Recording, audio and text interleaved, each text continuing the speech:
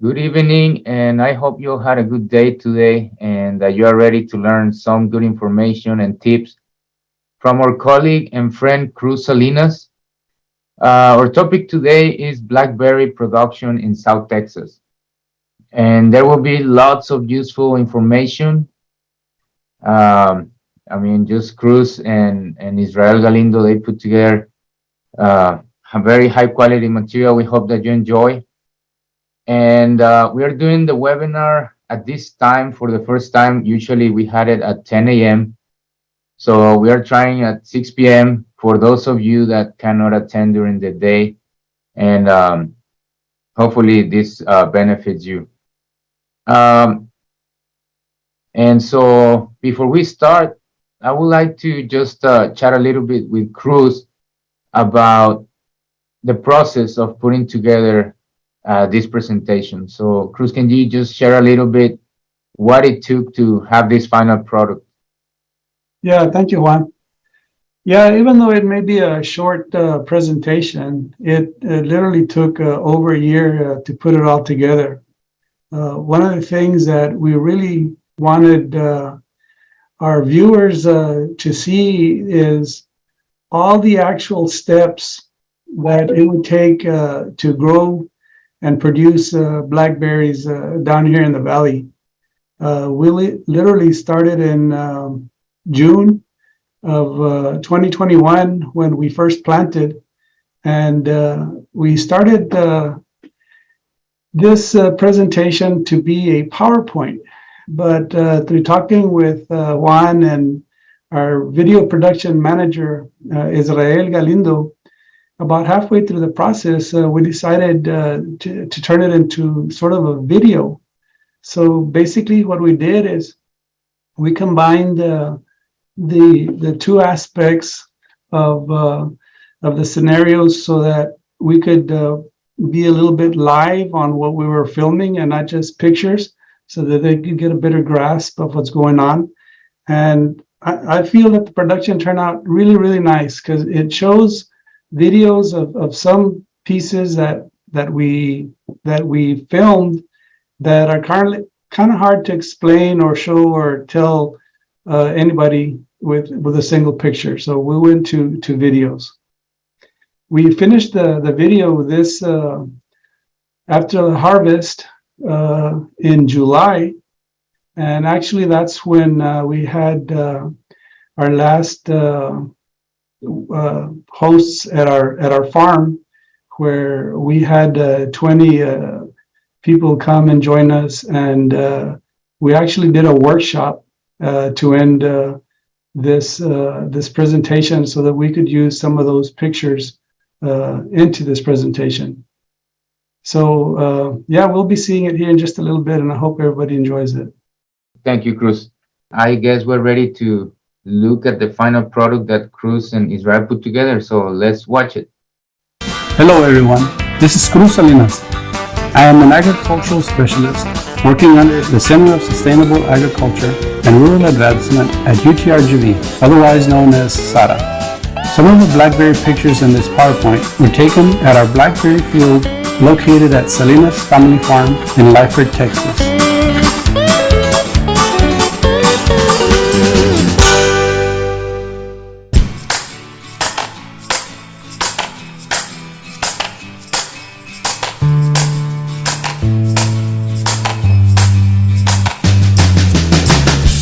The plot size is 40 feet wide and 70 feet in length. We used 5-foot plant spacing with 13 plants per row and 8 feet row spacing with a total of 5 rows. The blackberry variety being grown is Kiowa. Blackberry plants fall into 3 types of plants. You have the erect thorny, the erect thornless, and then you have the trailing thornless. Erect blackberries, whether thorny or thornless, grow upright. They need a less elaborate trellising system, or if any at all. On the other hand, trailing blackberries does require a trellising system to keep them off the ground, but all types need to be pruned at the end of each season. Now, as far as varieties is concerned, there are too many to mention, but here are just a few. Under thorny, we have Kiowa, Cherokee, Brazos, and Primark 45. Under thornless, we have Primark, Freedom, Chester, Triple Crown, and Navajo. And under trailing, some of the varieties are Marion, Olali, and Wild Treasure.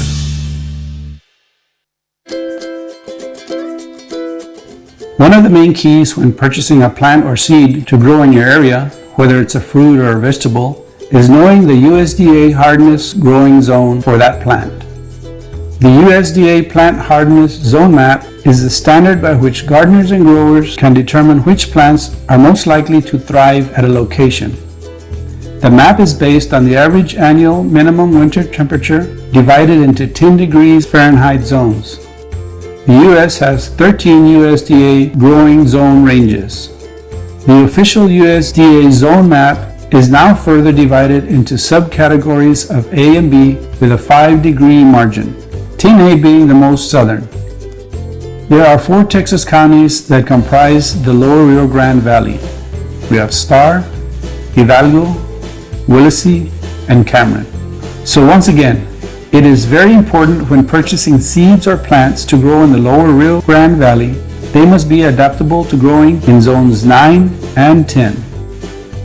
Let's talk about irrigation and water requirements for blackberry plants. There are 4 methods of irrigation. We have sprinkler irrigation, which is a method of applying water similar to natural rainfall. Surface irrigation, which means water application by gravity flow to an entire or part of the field. Drip irrigation is defined as the precise, slow application of small quantities of water to the soil in the form of continuous drops through emitters located at selected points along a water delivery line. The water delivery line can be at the soil surface or below the soil surface. And then we have manual irrigation, which would be just applying water to plants using a garden hose. Plants grow best in organic matter-rich and well-drained moist soil. They do not like soggy or wet soil, which can cause root rot or diseases. Blackberry plants are shallow-rooted, so moisture needs to be at the surface. Water plants during the day and give them about 1 to 2 inches per week during the growing season, and about up to 4 inches per week during the harvest season. What are the conditions where blackberries grow best? Soil with pH of 5.5 to 7.0, loamy, well-drained soil, and they thrive in a full sun location. Row and plant spacing. Row spacing is anywhere from 8 feet to 10 feet. Plant spacing can be 3 feet to 5 feet apart. Note, row and plant spacing depends a lot on the type and variety of blackberry plants being grown. Let's talk about categories of different mulching materials. Grass clippings and shredded tree leaves work well, but if you live in an area where it's windy, these materials tend to blow all over the place. They also decompose fast and must be reapplied more often. Wood chips work well also. If you don't have a wood chipper, you can purchase these locally at a very reasonable price. They will not decompose as fast as the other materials, so they won't need to be reapplied as often, and they will not be flying all over the place either. There are all types of hay and straw readily available. We have legumes and grasses like alfalfa and Bermuda. We also have different types of sorghum grains. All of these can be purchased as round or square bales. Round bales would be better in price, but square bales can be easier to apply. One of the major disadvantages of using all these types of mulches I mentioned is the introduction of seeds.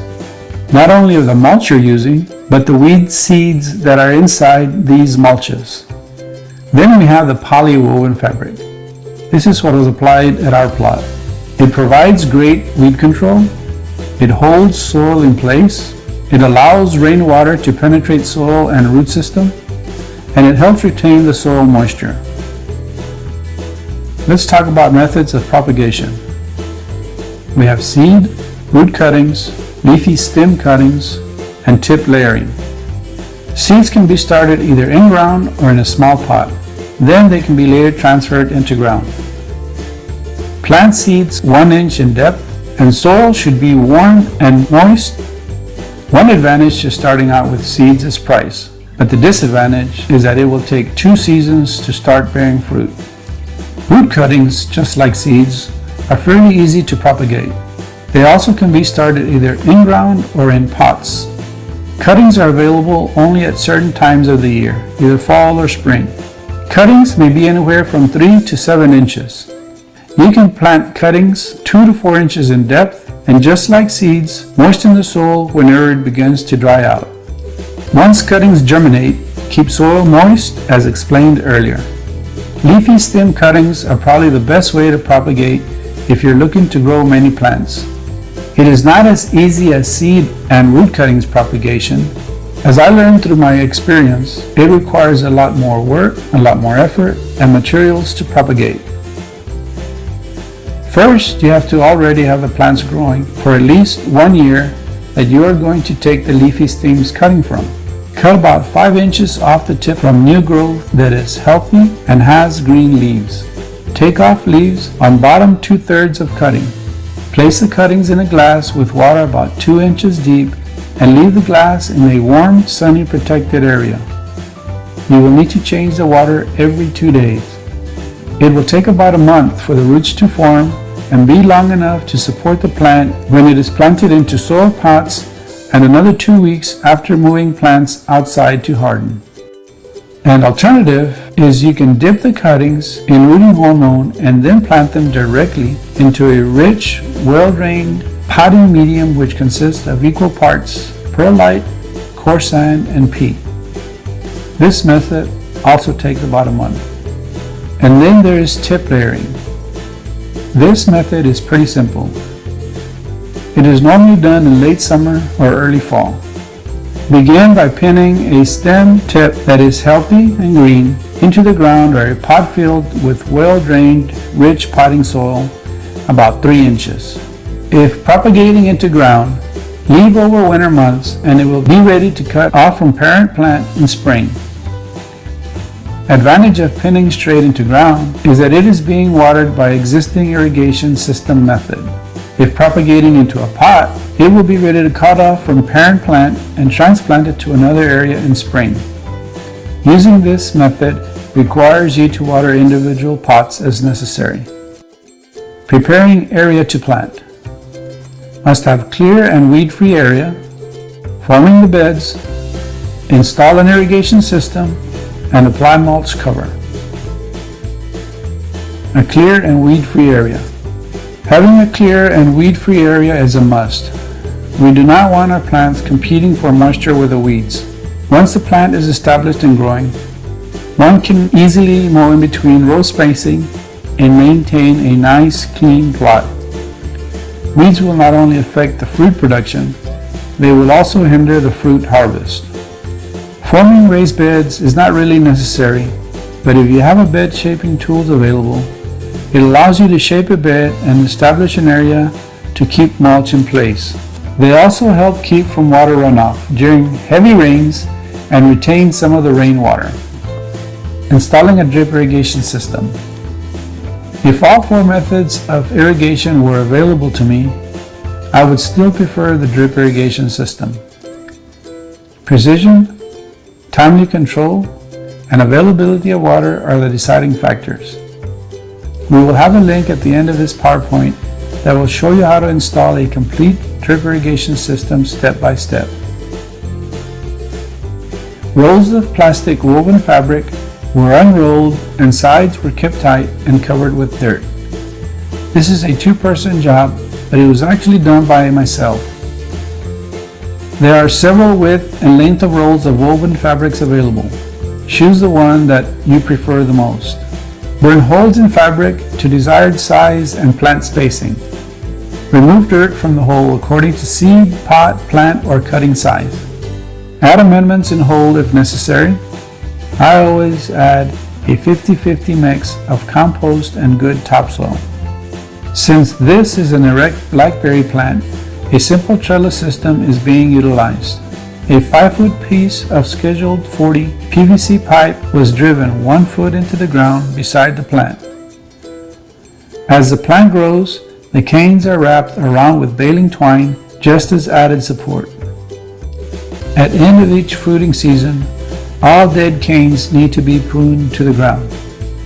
This will make room for the new canes and make harvest a lot easier for the following season. New cane growth will already be established by this time, so you need to be careful and not cut the new canes. Canes should be easy to distinguish. Old canes will be hard and have a dark brown color, while new canes will be softer and have a light to dark green color.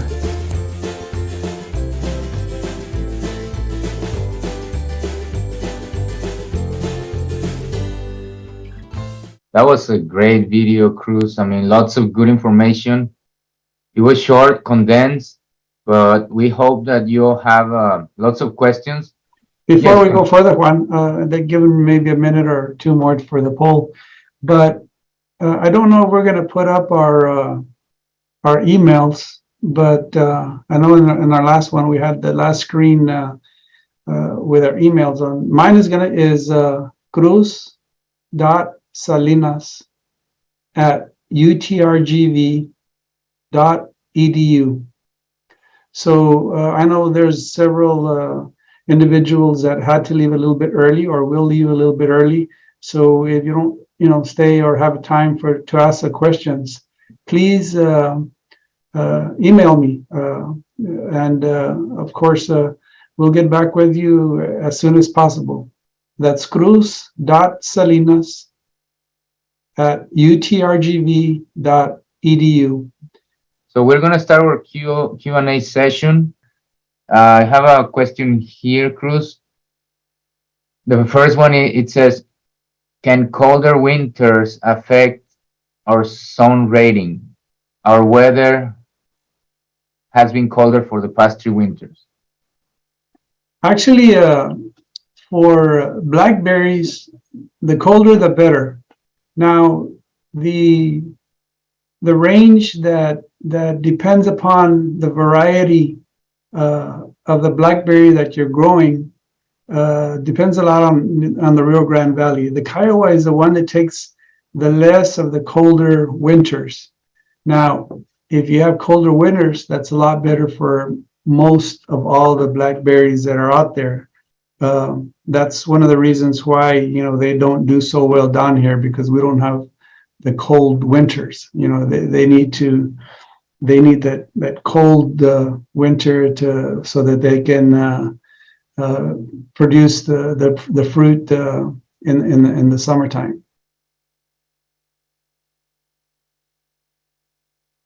Okay, thank you, Cruz. Well, we have a lot of comments here. I mean, they're just saying they're loving your video. Thank you. They're asking if Cameron County is Zone 10A. Are you aware, Cruz? Cameron is 9. Willis, the tip is what turns into 10. The southmost tip of Texas, which is closer to Brownsville. But starting in Willacy and Hidalgo, and then just the top part of Cameron is 9B, and then the southernmost tip is 10. But and starting from Willacy, Cameron, and Hidalgo, they're basically all the same. What you can grow in one county, you can grow in all of them. We have one question here where it says, when is the best time to prune the canes? Actually, this year, I started pruning them in June. Some of the plants were already producing the new plants for next year. So I started pruning a little bit early. And when we had our workshop in July, we pruned for demonstration several plants then. And then the following day, I finished pruning the entire plot. So June, July, and as mentioned on the video, you'll be able to tell when the stems die because they turn brown. And at that point, you can actually start pruning. The sooner you start, the better, because it just makes things a lot easier down the road. Okay, another question, Cruz. How many should you start with? And if they will do good in the hill country? In the hill country, yes, they will do good, but at that point, you will have to buy the variety for that area because they're a totally different zone. And actually, you're going to have a much more selection for that area because the winters are cold. The plants need to go dormant so they can produce real nice sweet berries come June, July. And there are several places on the internet that you can order them. I know there's several nurseries in San Antonio that actually sell them in large quantities. I remember a few years back, I can't remember the name of it, but I went into one of the nurseries and they had about 200-300 different types of blackberry plants. So in that area up in there, they should be much more available than they actually down here. I don't think you'll ever see any here at any nurseries, be able to purchase. You'll have to purchase them online. Okay, someone wants to know, Cruz, where can they buy the plants or their cuttings or the Well, roots? as I mentioned earlier, they'll have to go to the internet and actually all they got to key in is buy blackberry plants. And there's about 5 really, really good nurseries that sell them. The only problem is they're not really in sync with the Rio Grande Valley as far as when they need to be planted because we're ahead from the rest of the nation as far as the planting season, the spring season. So you almost need to go about a year in advance with those nurseries and tell them what you're looking for, whether it's the plants or it's the cuttings. The cuttings are much more harder to get. The plants are much readily available, but it all depends on the variety and the timing. So if you get with the nursery, they'll work with you. I know over the past few years, they've worked with me. I grew the blackberries also when I was working with the USDA in Weslaco, and sometimes we'd have to wait almost a year to get the plants. But we got them. That was no problem.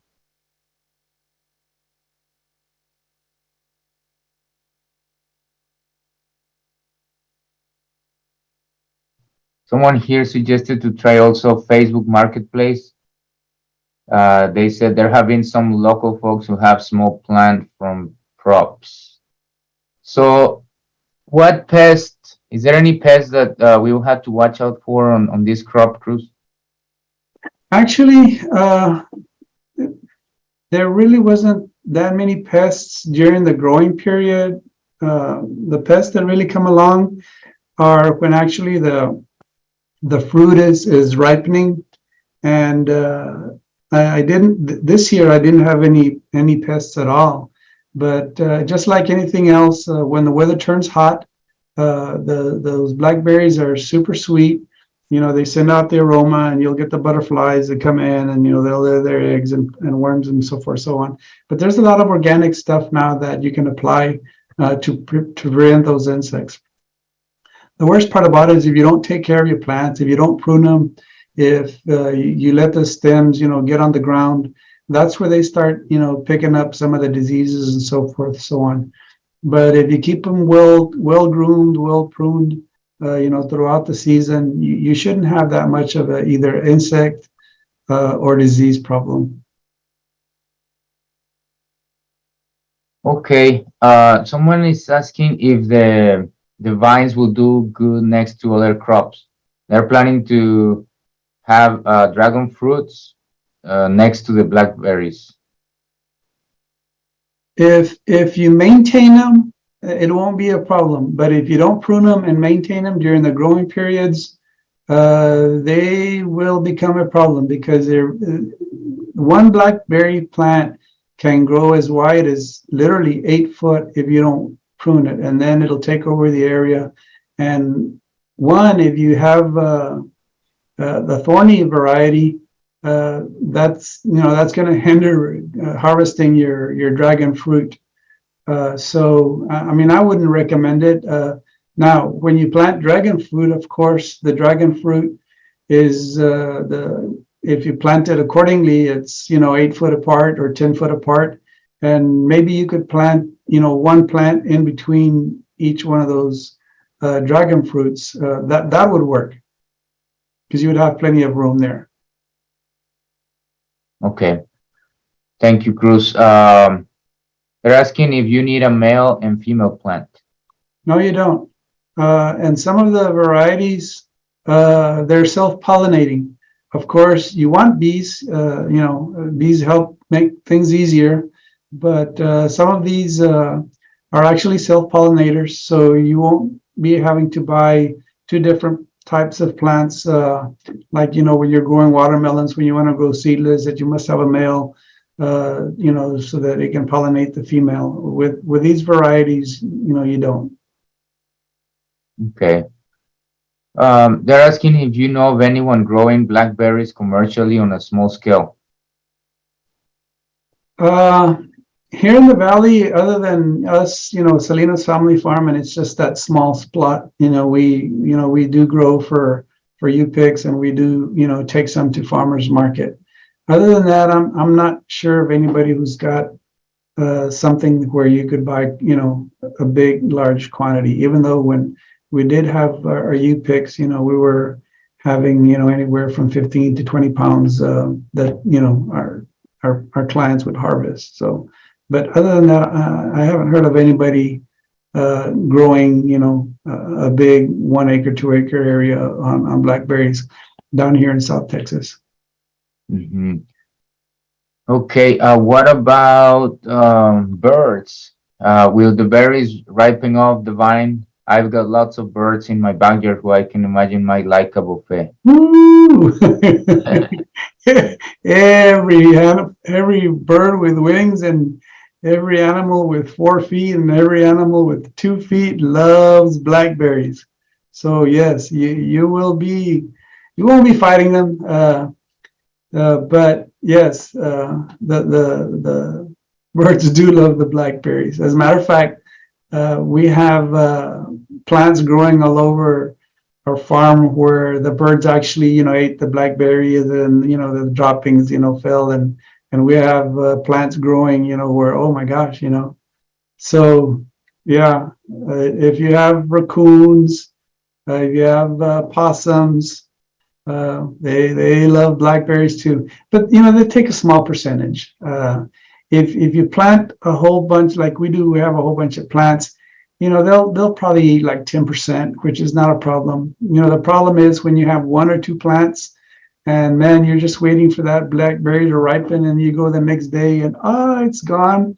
That's kind of upsetting. But there's ways to deter that. There's screens that you can put over the plants and so forth, so on, to protect them. So yeah, don't refrain from growing 3 or 4 or 5 plants. There's just there's ways to protect the berries, to be kept them from eating from birds and so forth, so on. Well, the next question actually is related to this. They're asking about netting, and they're asking if you put those nettings, if they're gonna keep the butterflies away. Yes, definitely. They do sell netting. You can go in the internet. There's several companies now that offer a real light, a real thin netting, which allows it to breathe, allows sunlight to go in, which the berries are going to need to mature. But yet the mesh is small enough that will keep some of those insects out.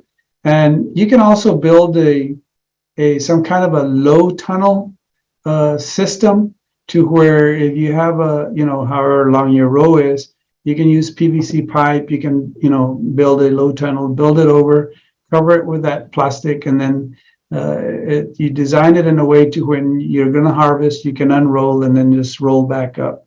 It's kind of simple, and it's not really expensive because you can use PVC pipe and so forth, so on.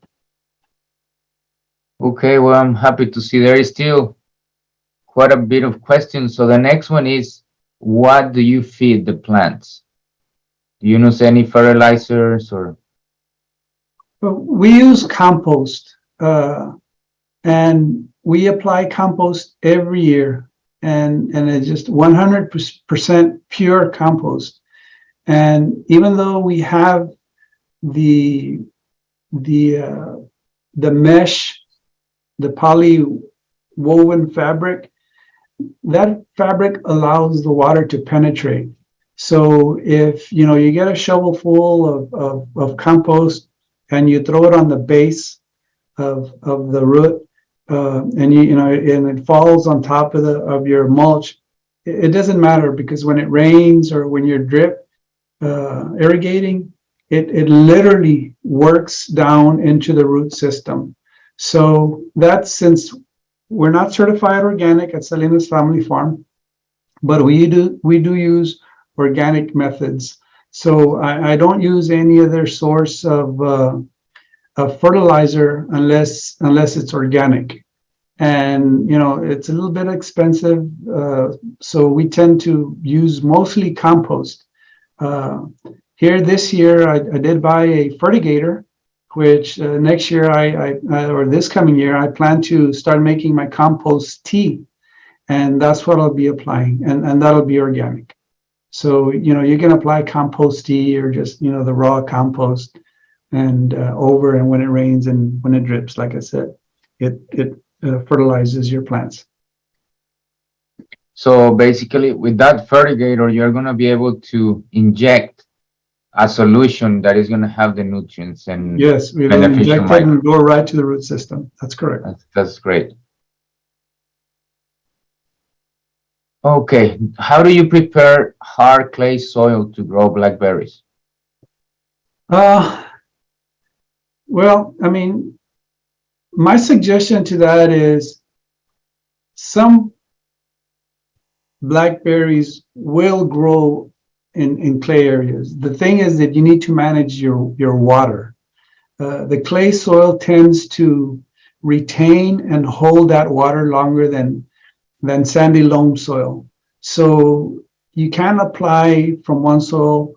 Let's say you're comparing your sandy loam to clay loam. You can't put a gallon today on each one of them and then a gallon tomorrow on each one of them, because on the clay you'll literally drown the plant. On your sandy loam, that water will literally drain from one day to the next. So it's a matter of the irrigation.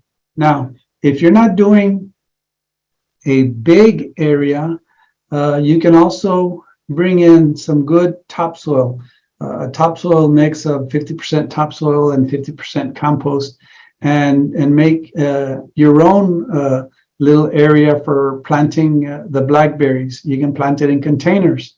Right now I'm experimenting with a plant that's in one of our raised beds, and it's doing very, very well. And that soil, actually, I brought in from McAllen Recycle Center. They have a mix which is 50% compost and 50% topsoil, which is sandy loam. And the plant is doing very, very well. That's one of the things that you can do. You can make a raised bed and fill it up, go 12 inches and fill it up with new dirt. And, you can start your plants there. And that won't be very, very expensive. Okay, someone wants to know if you will sell started plants or cuttings. I don't have any right now. And actually, that little section that y'all saw at Salinas Family Farm is in between the tunnel houses. And next year, I plan to expand it to the other side. So at this point, everything that I am propagating, I will be using for the other side. Now, once I get those two areas established, if anybody wants cuttings or whatever, they'll probably be available, but that's going to probably be, 2 years from now. Okay, we have lots of questions, Cruz, so let's speed it up. Okay, did you do anything to change the pH, since the pH around here is 8? Actually, I didn't do anything to my soil, to my farm. And to be frank and honest with you, I've never actually tested the pH in my farm, but the plants are doing very, very well. So I assume it's between 6 and 8. I'm also growing asparagus, and the pH is also between 6 and 8. But I'm also growing tomatoes, and the pH is not the same on tomatoes, and they're growing, just 10 feet apart. So, my suggestion to that is, if you're not going to go grow 40 or 50 of them, maybe start with 1 or 2 and just plant them there and see see how well they do, because you'd be surprised. I know that I've had several people say, Cruz, I tried it, and the plants are doing well, and they had clay loam soil. So all I can say is just try it, even though there is a recommendation of a pH between 5.8 and 7. Yeah, I think, Cruz, usually compost helps a little bit lowering the pH, and since you have been adding that every year, I think that might be helping a little bit there. Yes, the compost does have some salts, and it does have, the other minerals that require that, the changing of the soil. So, bringing in a 50-50 mix and, putting it into your soil and then mixing it up, I think should improve your soil. All right. Well, here Matilda is saying, if she's able to propagate some baby plants, she's gonna share. So that's great. That's great. So your preferred method of growing is from seed, roots, or pinning? I think you mentioned it. Cuttings. That's the cheapest. When you're going to plant a whole bunch of them, cuttings is the way to go. The bad part about cuttings is sometimes you have to wait a year or 2 years before the cuttings are available. If you want to go with plants, they're normally available every year, but all depending on the season, you can pay anywhere from $5 to $15 per plant.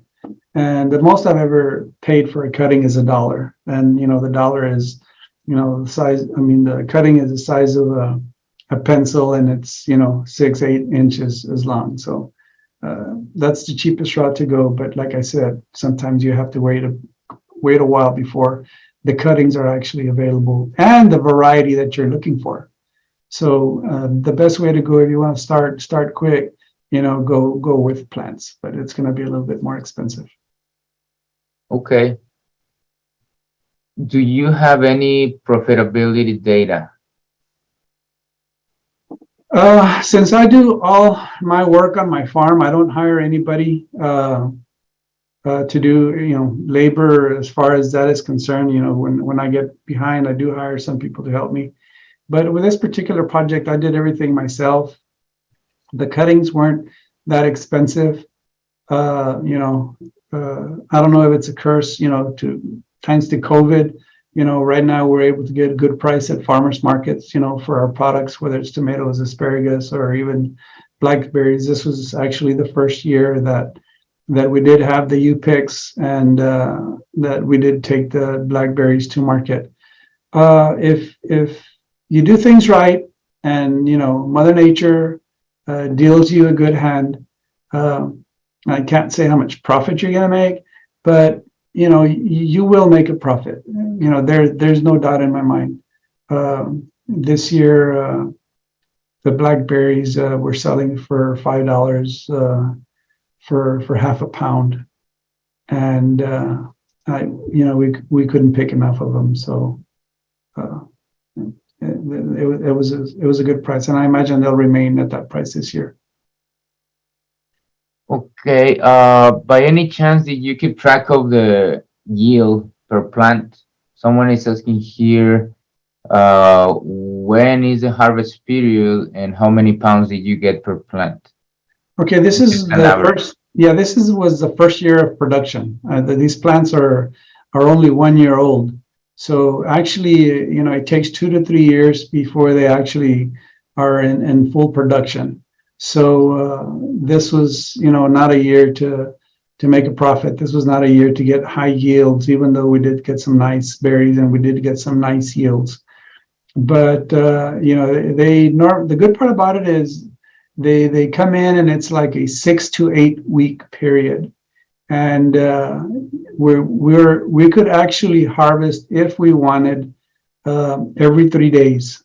So when you harvest 20 pounds uh, every 3 days off this plot, which I eventually plan, that's what it'll do.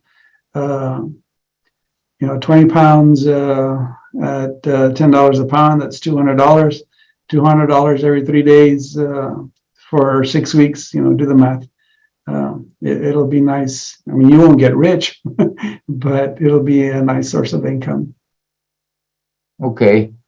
So they're asking if we have a program where experts come out to their properties and help tell them the best place to grow certain plants and check our soil. So we do actually, we have different programs here at the center. One of them is the Beginning Farmers and Ranchers. It will depend on what county you are in, but I'm gonna send with you, Leona, or email, and then we can give you more details about how can you use this service. But yeah, we do. Your source of compost, Cruz, where you buy it? It's McAllen Recycle Center. So they deliver all the way from Yeah, McAllen. on Ruth Road, and I believe they have two outlets, one in McAllen and one in Edinburgh. Okay. So why do you prefer thorny as opposed to thornless varieties? Well, the reason I chose the thorny one is because it's Kiowa, and Kiowa does well in our zone. Now there's two or three others that do just as good. As I mentioned earlier, we grew when I was at the USDA, we grew 5 different varieties, and they all did pretty good. And we did grow 2 thornless, but the berries weren't as big, and they weren't, they didn't produce as much as the Kiowa did, and so that's why I chose Kiowa. And when I try to get the other plants, they were a little bit more expensive and a little bit harder to purchase. So, but if you're able to get the other ones, yes, by all means, go with the thornless, because harvesting the thorny blackberries sometimes can get pretty dangerous. You really can't have, even though we had a 5-year-old and a 10-year-old granddaughter that harvest blackberries, they have to be very, very careful, because those thorns are big and they're really sharp. So,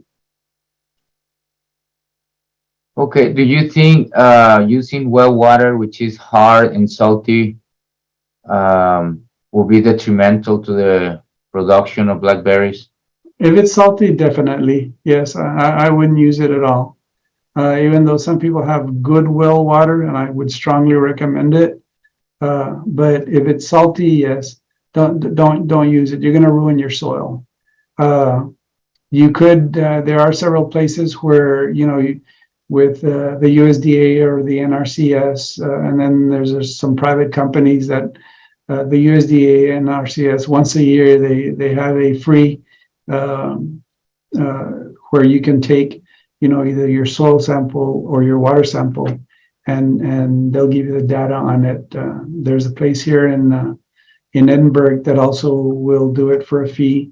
I would have it checked to where and when you do have it checked here and locally, I know that people have told me that they when you take it, they also give you like a 15-minute or recommendation on what to do and what not to do after you get the results of your soil or your water sample. Okay. They're asking, where do you sell your vegetables? We mostly sell at the Harlingen Farmers Market, but when we have our high tunnels overlap each other, we go to the Brownsville Farmers Market. But for the most part, we go to Harlingen Farmers Market. Okay, we have a few more questions. Okay. Plant spacing be available. Okay, like they're asking if we're gonna have notes giving technical details like plant spacing available. That's on the video, right, Cruz? Yes, yes, Yes. yes. Yeah, David, you can check the video. It's gonna be available on YouTube. I would say in a couple days after this presentation, and it talks about plant spacing there. Okay, this one they already asked it on the chat. Blackberries and mulberry, are they in the same family? I don't know if they're in the same family, but it's two totally different things, even though they almost look the same. You know, blackberries are brambles, and they're bush type, and mulberries grow in a tree. To be honest with you, I don't know if they're in the same family or not. Yeah, they're asking also if blackberries grow naturally or are they transplanted from other areas? Oh, if you ever go to Houston, as soon as you pass Victoria, uh, on the expressway, you look to your right to left during June, July, you'll see a lot of people parked on the side of the road. They're actually picking blackberries. They're wild. There's a lot of wild blackberries that grow in Texas, just like grapes. There's some wild grapes that grow in Texas. And actually, there's grapes. There's some here in the King Ranch where the park is. When you get past the station, you can see them there on the fence. So, but the blackberries, once you pass Victoria, you can see some of the plants growing on the fence line. Okay, well, yeah, I noticed some questions on the Q&A. They also typed them on the chat. I guess I was taking too long to see them. I apologize. Is there any other question for Cruz? Like I said, we have 5 more minutes, so he's also very knowledgeable on asparagus, strawberries, tomatoes, and we know about composting, how to start a farm. So if you have any other question, feel free to ask it right now. And if not, we thank you for your time and we hope that the information was valuable. Thank you for filling out the poll. And we're going to be working on other topics soon for you guys. Okay, one question, two questions here. How do you irrigate? We use the drip system on everything. Actually, the 2 acres that I grow my crops in are dry land, but we have one faucet that we have timers, and everything is spaced out to where each plot is farmed not farmed, but irrigated, certain hours of the day. So we use the drip system. Okay, I just included the link again for our YouTube channel. What variety of strawberry works well for you? We use Albion, but to be honest with you, that was a strawberry that was available to me when I placed the order. And sometimes you're at their mercy of what strawberry is available to grow down here in South Texas during the planting season, which is September, October, November. So there's like 5 varieties that do very well down here. Texas A&M, if you Google Texas A&M strawberry growing in South Texas, the 5 varieties are listed. Albion is one of them. It's not their best recommendation, but it does well for me in my soil. So I mean that's what I've been using year after year. But I know there's at least 3 or 4 other varieties that do well down here in South Texas. I don't know if people know or not, but there in La Feria and Weslaco, there used to be acres and acres of strawberries grown there. The only reason that they don't grow strawberries anymore because it is very, very labor intense. And back then they used to have the Bracero program, which allowed them to be able to harvest the strawberries economically and still make a profit. But nowadays it's very, very hard to pick. And of course, believe it or not, strawberries is one of the worst fruits that that use insecticides and pesticides, to make them grow through their full to maturity. And growing organic strawberries is very, very tough. There's been years where we say we'll never grow them again, but we wind up planting them. But there's a lot of organic stuff out there that is now available. In the last few years, they've come up with a lot of insecticides and to help alleviate with some of the problems that we have down here in South Texas, if as that's concerned. So. All right, thank you, Cruz. Well, I don't see any other question. Before we wrap it up, I would like to thank again Maria Carmona from Translating Services here at the university for always willing to be ready to help out those that need translation. So thank you. And thank you everyone for joining, and we'll see you next time. Thank you, Cruz. Great information as always. Thank you. And we'll see you next time.